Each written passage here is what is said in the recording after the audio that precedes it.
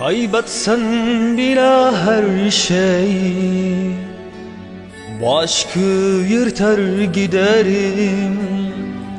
Sinsice olmaz girişim, kapıyı çarpar giderim.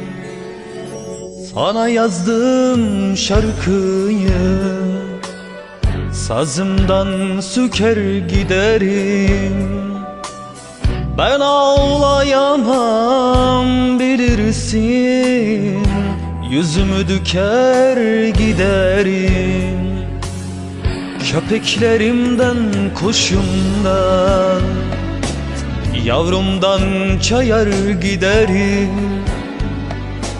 Senden aldığım ne varsa yerine koyar giderim.